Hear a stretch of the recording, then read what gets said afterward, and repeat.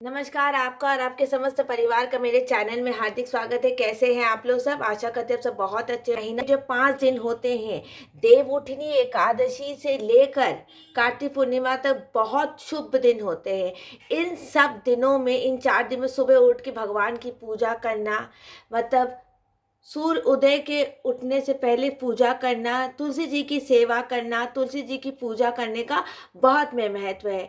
5 दिन तक हमारी ये जो तुलसी जी की चौकी है, ये इस तरह ही रहती है। ये 5 दिन तुलसी जी की चौकी, ये चौकी जो तुलसी जी की है पूरी, ये कार्तिक की और देव उठनी एकादशी से लेकर कार्तिक पूर्णिमा तक चौकी इसी तरह से ही रहेगी।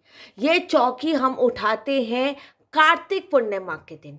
कार्तिक पूर्णिमा के दिन सुबह तुलसी जी को जहाँ होती विराजमान करते हैं, उनकी विदाई करते हैं और उसके बाद हम कार्तिक पूर्णिमा की पूजा करते हैं। कार्तिक पूर्णिमा के दिन हम देव दिवाली भी करते हैं, देव दीप प्रज्वलित करते हैं और दीप दान भी करते हैं। जहाँ संभव हो छत पे या नदी के किनारे, जहाँ पर भी आपके संभव हो, आप देव दिवाली करते हैं। कार्तिक पूर्णिमा तक तुलसा महारानी ऐसे ही घर में विराजमान रहती है।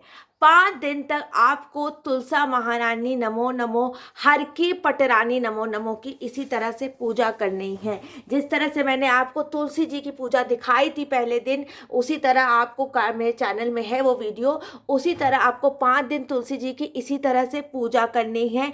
आप पंचामृत कर सकते हैं अगर आपको पंचामृत, लेकिन पंचामृत करने से तुलसी जी खराब हो सकती है, इसलिए पंचामृत हल्का सा पंचामृत कीजिएगा। कंकु, चावल और रोटी के साथ तुलसी जी की हम इसी तरह से 5 दिन पूजा करेंगे। सुबह पूजा करेंगे और भोग में आप कुछ भी, जैसे एकादशी के दिन फलाहार लगाया था, भोग में आप कुछ भी इस तरह का लड्डू या कुछ भी, क्योंकि माँ की शादी हुई है तो आप कोई भी घर में मिष्ठान बना के भोग कर सकते हैं। किसी घर में पूड़ी और खीर भोग की जाती है और विदाई के दिन भगवान को आप कुछ भी पूड़ी हलवा आप भोग कर सकते हैं। और जिस तरह से आप तुलसी जी की पूजा करते हैं, इस लाल रंग के कपड़े से आप तुलसी जी को हमेशा ढक के रखेंगे। ये पूरे शीतकाल आप लाल रंग के कपड़ों से तुलसी ना जाए। और इसी तरह आप पूरे इसी चौकी में 5 दिन तक माँ की पूजा करेंगे। ये पंचोटा है, कंकु है, चावल है। पहले हम माँ को जल चढ़ाएंगे और जल तुलसा माँ बहुत कम कम जल चढ़ाइए। घर में हमने तुलसी जी को रख रखा है। तुलसा महारानी नमो नमः की पटरानी, ओम नमो भगवते वासुदेवाय। कम तुलसी जी को जल चढ़ाएंगे। जल चढ़ाएंगे तुलसा महारानी नमो नमो। ये चौकी ऐसी ही रहेगी, ये चौकी ऐसी ही रहेगी। ये चौकी कार्तिक पूर्णिमा के बहुत लोग शाम को उठाते हैं, हम लोग सुबह उठाते हैं। कार्तिक पूर्णिमा के सुबह ये चौकी 5 दिन तक, इसको 5 दिन तक कार्तिक देवउठनी एकादशी से लेकर कार्तिक पूर्णिमा तक चौकी इस तरह ही विराजमान रहेगी। हम माँ को कंकु, इस तरह कंकु चढ़ाएंगे।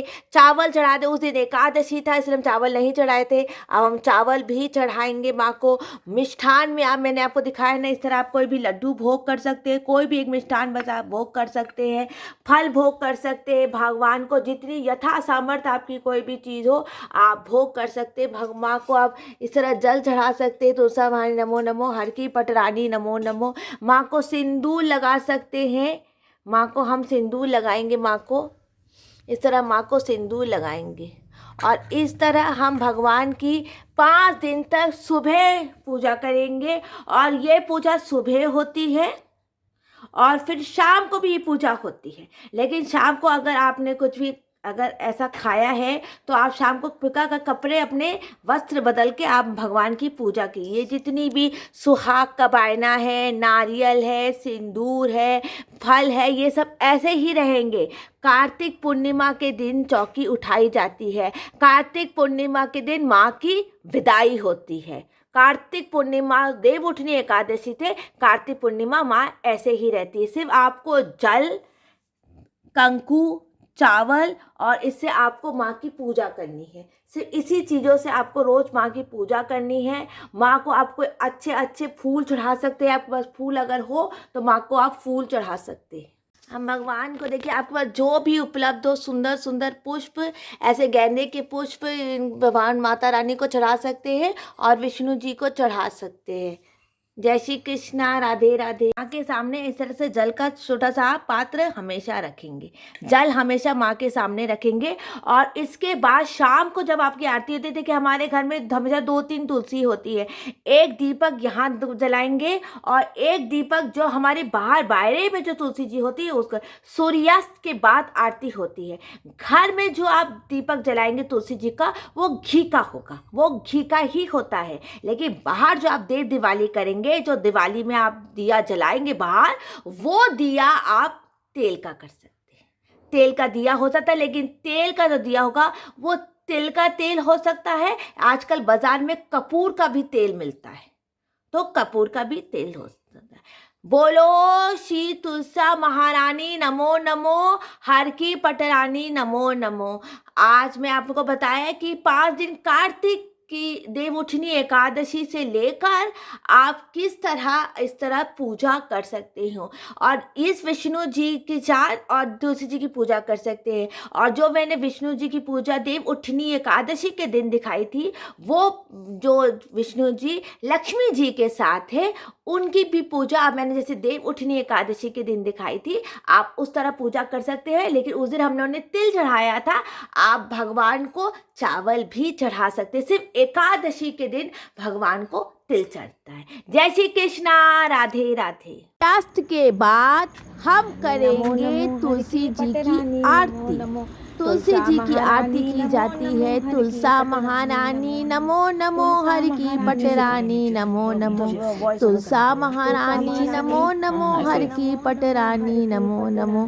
तुलसा महारानी नमो नमो, हर की पटरानी नमो नमो। आपके घर में जो भी आरती होती हो उससे आप तुलसी जी की आरती कर सकते हैं। तुलसा महारानी नमो नमो, हर की पटरानी नमो नमो। ओम नमो भगवते वासुदेवाय, ओम नमो भगवते वासुदेवाय। शाम को तुलसी जी की आरती होती है। तुलसी जी की आरती करने से शाम को आप बहुत पुण्य मिलता है। कार्तिक के ये 5 दिन आपको पुण्य ही पुण्य दिलाते हैं। तुलसा महारानी नमो नमो, हर की पटरानी नमो नमो। तुलसा महारानी नमो नमो, हर की पटरानी नमो नमो। माता रानी तुलसा महारानी नमो नमो, हर की पटरानी नमो नमो। अब इस वीडियो को यहीं पर मैं एंड करती हूँ। 5 दिन का ये पूजा आप सभी को सारी मनोकामना पूर्ण करने वाली हो। जय श्री कृष्णा, राधे राधे राधे। जय श्री कृष्णा, राधे।